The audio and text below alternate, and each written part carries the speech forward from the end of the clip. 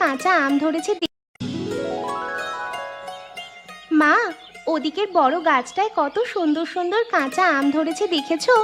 আমার না আজ সকাল থেকে একটু আম মাখা খেতে বড় ইচ্ছে করছে। পূজা, তুই তো জানিস মা, ওই গাছটার মালিকানা নিয়ে তোর বাবা আর কাকার মধ্যে কত বছরের পুরনো একটা বিবাদ আর ঝামেলা চলছে। কিন্তু মা, গাছের যে অংশটা আমাদের ঘরের দিকে ঝুঁকে আছে সেখান থেকে মাত্র দুটো আম পারলে কি কাকা আমাদের বকবে? আমাদের দিকে ডালের আমগুলো তো বেশ বড় আর পুষ্ট হয়েছে, তুই চাইলে সেখান থেকে দু তিনটে আম পেড়ে আনতেই পারিস। কাকা যদি ওই দিকের বারান্দা থেকে দেখে ফেলে আমাদের নামে আমার বাবার কাছে নালিশ করতে চায়, তবে তো বড় অশান্তি তৈরি হবে। তুই আর মিছে ভয় পেয়ে ওভাবে উঠোনে দাঁড়িয়ে থাকিস না পূজা, তুই চটপট গিয়ে আম কটা পেড়ে নিজের আঁচলে ভালো করে লুকিয়ে নিয়ে চলে আয়। ঠিক আছে মা, আমি তবে ধীর পায়ে ওদিকের পাঁচিলের ধার ঘেঁষে গাছের মগডালে উঠে কয়েকটা ভালো কাঁচা আম পেড়ে নিয়ে আসছি। তুই সাবধানে ডালে নিজের পা ফেলিস পূজা, সকালের কুয়াশায় গাছের ডালপালা কিন্তু পিছল হয়ে থাকে।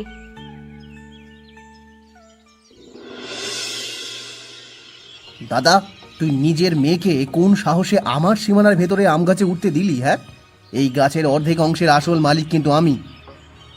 নিতাই, তুই নিজের মুখটা একটু সামলে কথা বল ভাই। এই গাছটা আমাদের বাবার হাতে রোপণ করা, এরা পুরো অধিকার আমারও আছে। হ্যাঁ, ওদিকের মেঠো পথের সীমানা অনুযায়ী এই গাছের মূল গোড়াটা আমার উঠোনে পড়ছে দাদা, তাই এর ফলে ওপর কোনো দাবি খাটে না তোর।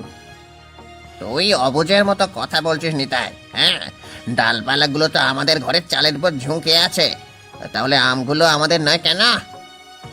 আমি তোর কোনো অজুহাত আর শুনতে চাই না দাদা। এই আম পাড়ার একচ্ছত্র অধিকার শুধু আমার পরিবারে। তুই কেন পূজাকে পাঠালি? তুই একটা সামান্য কাঁচা আমের জন্য নিজের রক্তের ভাইজিকে ওভাবে চোর বলতে পারিস না নিতাই। তোর মনে কি একটু মায়া নেই? হ্যাঁ, আমি আজই এই গাছ আর সীমানার সঠিক ফয়সালা করার জন্য গ্রামের প্রধান কানাই বাবুর কাছে যাব। দেখি উনি কার পক্ষে রায় দেন। তুই চাইলে এখনই কানাই বাবুর কাছে যেতে পারিস নিতাই। হ্যাঁ, আমার নিজের মনে কোনো ভয় নেই, আমি ওই জেদের শেষ দেখে ছাড়বো। সাবিত্রী, নিতাই আজ সামান্য দুটো কাঁচা আমের জন্য আমাদের পূজাকে যেভাবে চোর বলল, তা আমার এই নিজের কানে লেগেছে। ওগো, গাছের ওই অংশ তো আমাদের ঘরের দিকেই ঢলে আছে, তবে নিতাই কোন মুখে এই পুরো ফলের ওপর নিজের দাবি জানায়? বাবা, আমি তো কাকার কোনো ক্ষতি করতে চাইনি, আমার ইচ্ছে করছিল বলেই তো মায়ের কথায় গাছের ডাল থেকে আম পেড়েছিলাম। পূজা মা, তুই নিজের মন খারাপ করিস না। তুই সাবধানে ওই আমের টুকরোগুলো বাটিতে রেখে একটু নুন আর লঙ্কা মিশিয়ে নে। কিন্তু ওগো, নিতাই যেভাবে কানাই বাবুর কাছে নালিশ করতে গেল, তাতে গ্রামের বাকি মানুষের সামনে আমাদের বড় সম্মানহানি হবে যে। রায়বাবু বিচক্ষণ আর অভিজ্ঞ মানুষ সাবিত্রী, উনি কোনোদিনও এই সামান্য গাছ নিয়ে নিতাইয়ের এমন অন্যায় আবদার মেনে নেবেন না। তোমরা দুই ভাই এই সামান্য একটা ফলের গাছ নিয়ে আর কতদিন নিজেদের মনের ভেতর এমন চাপা ক্ষোভ আর জেদ পুষে রাখবে বলো তো? জেদ আমি প্রথমে শুরু করিনি সাবিত্রী, নিতাই নিজের সীমানার দোহাই দিয়ে আমাদের সাথে সব সম্পর্ক একেবারে শেষ করে দিতে চাইছে। গোপাল, নিতাই, তোমরা দুই ভাই আজ এই সামান্য একটা আম গাছ নিয়ে নিজেদের মধ্যে কেন এমন বড় বিবাদে জড়িয়ে পড়লে বাবা?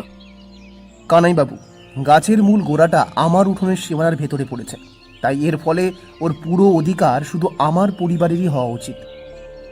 আপনি নিজেই বিচার করুন কানাই বাবু, গাছের বড় বড় ডালপালাগুলো যদি আমাদের ঘরে চালের উপর ঝুঁকে থাকে, তবে আমগুলো আমাদের নয় কেন? তোমরা দুজনেই তো এক রক্ত আর এক পরিবারের সন্তান বাবা। এই সামান্য একটা গাছের জন্য নিজেদের ভেতরের ভাইয়ের সম্পর্ক নষ্ট করো না। আমি কোনো কথার মাঝখানে থাকতে চাই না কানাই বাবু।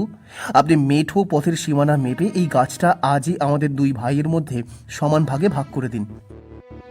ভাগাভাগি করতে হলে গাছের ডালপালা কেটে একেবারে শেষ করে দিতে হবে নিতাই। আমি বাবার হাতে রোপণ করা এই গাছ কাটতে দেব না।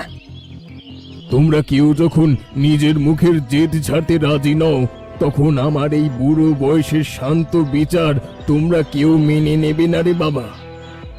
আপনি যদি কোনো সঠিক সমাধান না করে দেন কানাইবাবু, তবে এই গাছ নিয়ে আমাদের ভেতরের এই চাপা অশান্তি কোনোদিনও শেষ হবে না।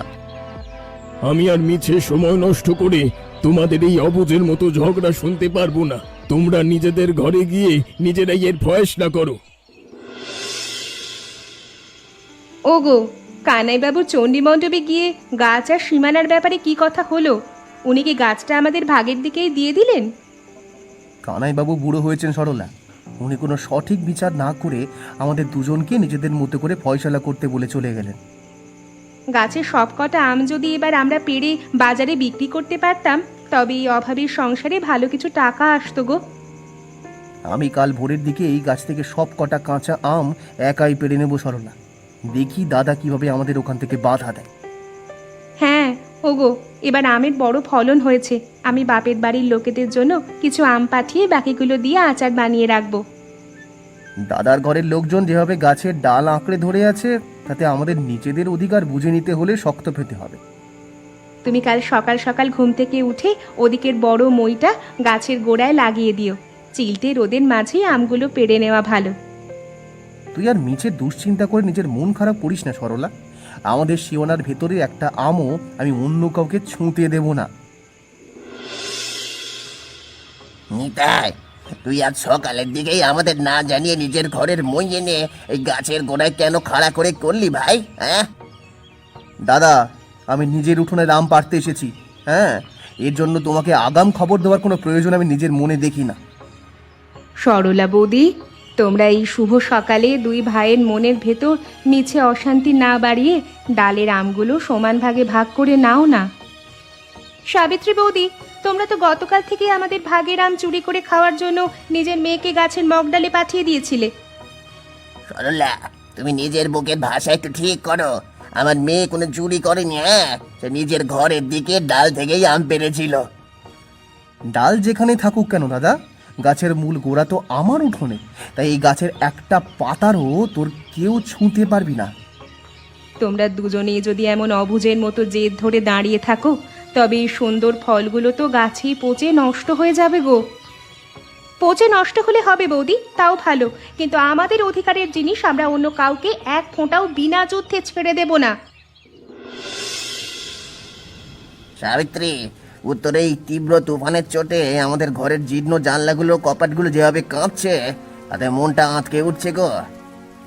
ওগো, বাইরে যা তীব্র বাতাসের বেগ, আমার মনে হয় দুই বাড়ির মাঝখানের ওই বড় আম গাছটা আজ আর আস্ত থাকবে না গো। বাবা, ওদিকের উঠোনে জোরে কিছু একটা ভেঙে পড়ার শব্দ হলো। আমার ভয় করছে, তুমি বাইরে গিয়ে একবার দেখবে না?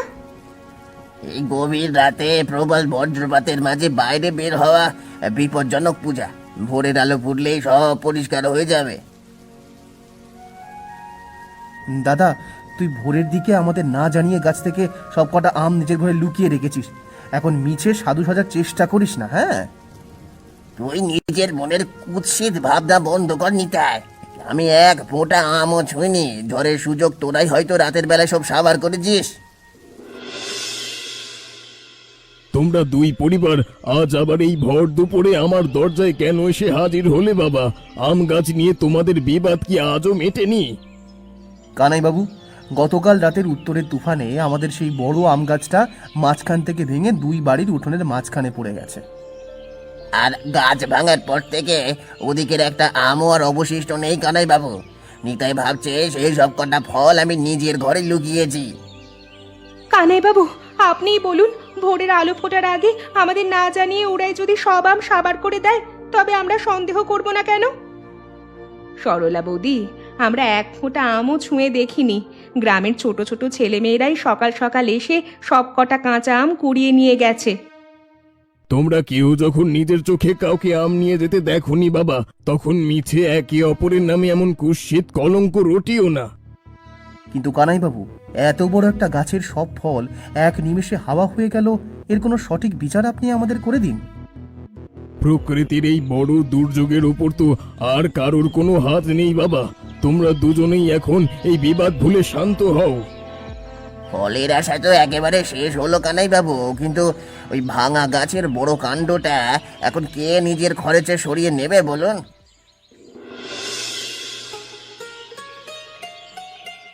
ওগো, আমের বড় ফলন দেখে কত আশাই না বুক জুড়ে জেগেছিল। ভেবেছিলাম বাজারে ফল বিক্রি করে সংসারের এই টান মেটাবো গো। আমার নিজেরও আফসোস হচ্ছে সরলা। ওই লোভী দাদার কুদৃষ্টির কারণেই আজ আমাদের হাতের লক্ষ্মী এক নিমেষে দূর হয়ে গেল। বাপের বাড়ির লোকেদের জন্য কটা আমও পাঠাতে পারলাম না, আর শীতের দিনের জন্য বয়াম ভরে আচার বানানোর স্বপ্নও ভেঙে গেল। ফলের কথা আর নিচে ভেবে নিজের মন খারাপ করিস না সরলা। এখন বড় সমস্যা হলো উঠোনের মাঝখানে পড়ে থাকা ওই বিশাল গাছটা। হ্যাঁ ওগো, গাছের বড় বড় ডালপালাগুলো যেভাবে আমাদের চলাচলের মেঠো পথটা আটকে রেখেছে, তাতে ঘরের বাইরে বের হওয়াই কঠিন। ওই গাছ কাটার জন্য ওদিকের কাঠুরেদের ডাকতে গেলে তো টাকার প্রয়োজন। এত খরচ এই অভাবের দিনে আমি কিভাবে মেটাবো? দাদা তো চালাক মানুষ গো, উনি নিজের ঘরের দরজা বন্ধ করে বসে আছেন, ভাবছেন পুরো খরচের বোঝা একলাই তোমার উপর চাপিয়ে দেবেন। আমি একলা এক ফোঁটা টাকা ওই গাছ সরানোর জন্য খরচ করব না সরলা। দেখি দাদা কিভাবে নিজের ঘরের চাল থেকে ওটা পরিষ্কার করে। ওগো, দুই বাড়ির মাঝখানের পাঁচিলটার ওপর যেভাবে এই বিশাল আম গাছটা ভেঙে পড়ে আছে, তাতে চলাচলের রাস্তাটা একেবারে বন্ধ হয়ে গেছে গো। সাবিত্রী, ওই বড় গাছের কাণ্ডটা সরাতে গেলে ওদিকের এই কাঠুরেদের ডাকতে হবে, আর তাদের মজুরির টাকা জোগাড় করা কঠিন কাজ। বাবা, আমার এই সামান্য কাঁচা আম খাওয়ার জেদের কারণে কি আজ এত বড় একটা বিপদ আর ঝামেলা আমাদের ঘরে এসে হাজির হলো? না পূজা মা, তুই নিজের মন খারাপ করিস না মা। ঝড়ের উপর তো আর কারুর কোনো হাত থাকে না, তুই মিছে নিজেকে দোষী ভাবিস না। নিতাই তো ওদিকের বারান্দায় গম্ভীর মুখে বসে আছে। ওগো, ও ভাবছে গাছ সরানোর পুরো খরচের বোঝা একলাই আমাদের ওপর চাপিয়ে দেবে। আমি থাকতে ওর এই অন্যায় আবদার কোনোদিনও সফল হতে দেব না সাবিত্রী। হ্যাঁ, ও নিজে থেকে অর্ধেক টাকা না দিলে আমি একলা হাত দেব না। বাবা, কিন্তু এই ভাঙা গাছের ডালপালার কারণে কাকিমাদের ঘরের লোকজনেরও তো বাইরে বের হতে কষ্ট আর অসুবিধা হচ্ছে। পূজা ঠিকই বলেছে। ওগো, দুই পরিবার যদি এভাবে জেদ ধরে বসে থাকে, তবে এই সমস্যার কোনো সঠিক সমাধান কোনো দিনও হবে না গো। সমাধান করতে হলে নিতাইকে নিজের মুখের অহংকার আগে ছাড়তে হবে সাবিত্রী। ও নিজে এগিয়ে না এলে আমি এই গাছ এইভাবেই ফেলে রাখবো।